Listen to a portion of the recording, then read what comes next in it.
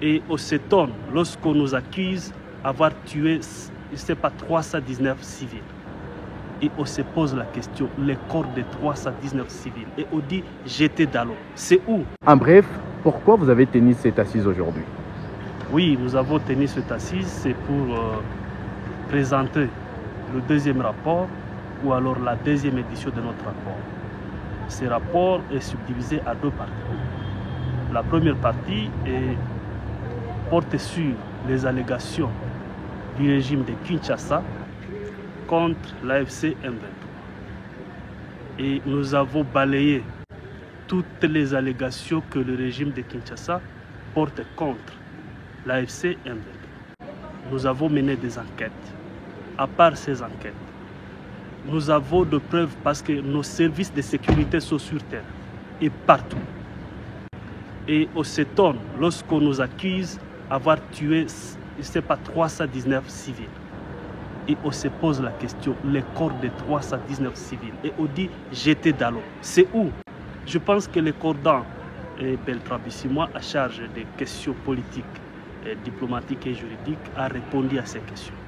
Néanmoins, ici, j'allais vous dire, la deuxième partie de ce travail, de ce rapport, porte sur les graves violations des droits humains par le régime de Kinshasa, que l'AFC M23 accuse le régime de Kinshasa. Alors, je vais tout justement vous parler de deux points. Je ne peux pas aller en détail.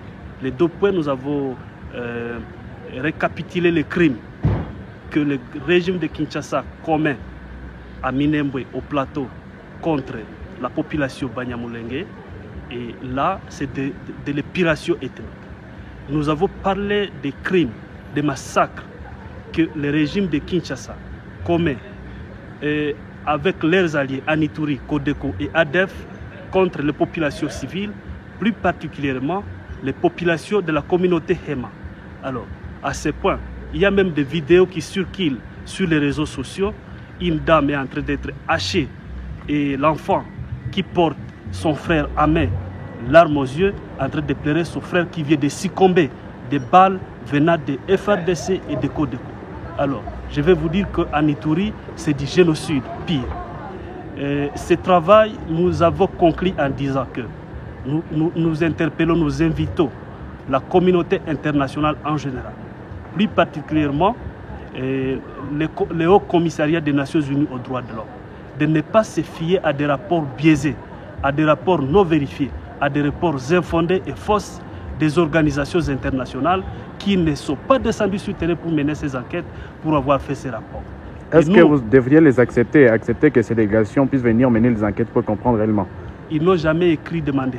S'ils écrivent, qu'ils écrivent même demain. C'est dans notre demande, c'est dans nos recommandations. Nous avons demandé au Conseil de sécurité des Nations Unies de diligenter des enquêtes indépendantes sur terre pour constater réellement si ces faits se sont commis dans les zones contrôlées par l'AFC M23. Et aussi, nous avons demandé au Conseil de sécurité des Nations Unies de redéfinir la mission de la MONUSCO. Et que cette fois-ci, la MONUSCO s'occupe du maintien de la paix et du développement.